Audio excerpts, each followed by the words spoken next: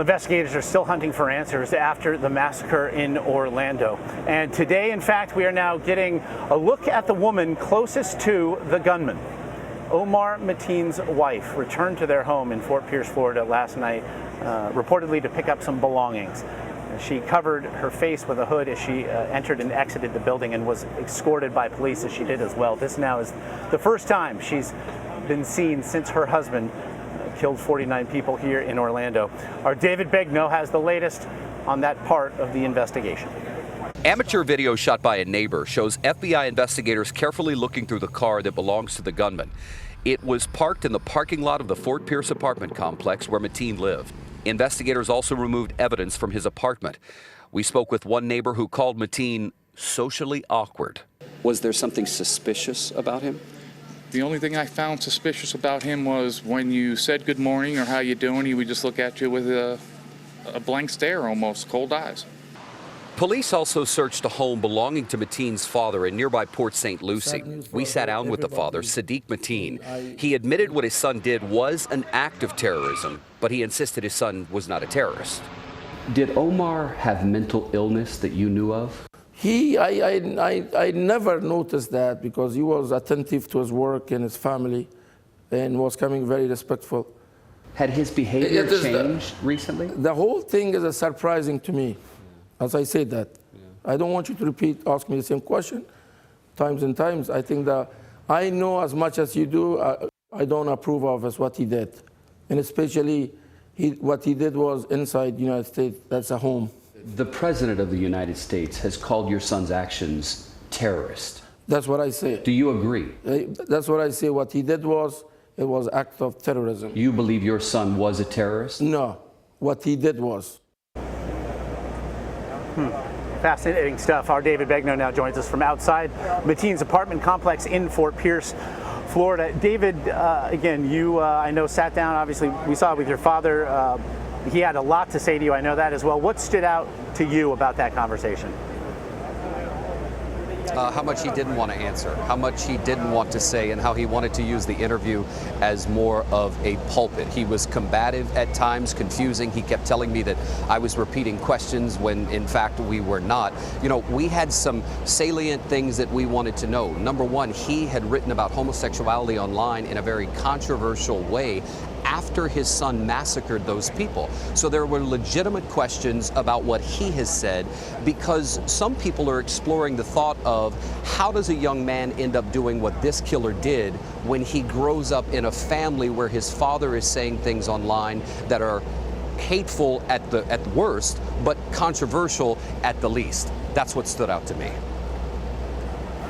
David, meanwhile, we have now seen reports in the last 24 hours via the Orlando Sentinel and the Los Angeles Times that perhaps Omar Mateen had a profile on a gay dating app. We've spoken to several people here who have said that they saw Omar Mateen in the club several times prior to Sunday night. In fact, as many as a dozen times. What can you tell us then about that part of the investigation, particularly given what his father had to say about Mateen's feelings regarding homosexuality? Look, we got to address it, but let's be very clear. We have not been able to independently confirm that ourselves. This is all being hinged on the statements of several gay men who have said, I'm looking to my right, I thought that was a car approaching. My apologies, and the noise in the distance was alarming for a moment. Keep an eye on that if you don't mind. This is coming from several gay men who have made the comments that they have seen him. We are not suggesting that those comments are inaccurate. What we are saying is we're trying to compile all of those interviews together to be able to independently say to you, we believe, after speaking with a series of people, that that is in fact the case. But we have to address the reports that he was on a gay application on a cell phone called Grindr. It is very well known in the gay community. Even in the straight community, people have heard of the term Grindr. It has also been reported that the shooter not only went to the club in the hours and days before, perhaps to scope it out, but that he went there as a patron and would get drinks and had allegedly approached some gay men in a way that would have been perceived as something of a trying to pick someone up. Again, CBS News has not independently confirmed that information, so I want to be very clear about this. Josh, I also want to mention that the home behind me, the police have moved everyone out, so now they're saying media is not even allowed on the property. All day yesterday, we were camped out right in front. I pointed out yesterday that on the suspect's vehicle, there's a NASA bumper sticker and a U.S. Marine Corps license plate. That surprised a lot of people, that a guy with a bumper sticker like that would go on and do what this guy did and have such anti-American sentiments, allegedly, as he is believed to have had. Also, about the wife going into the home, you saw the hood over her head. Local police here in Fort Pierce were notified that she was coming to the house. Ample security was provided.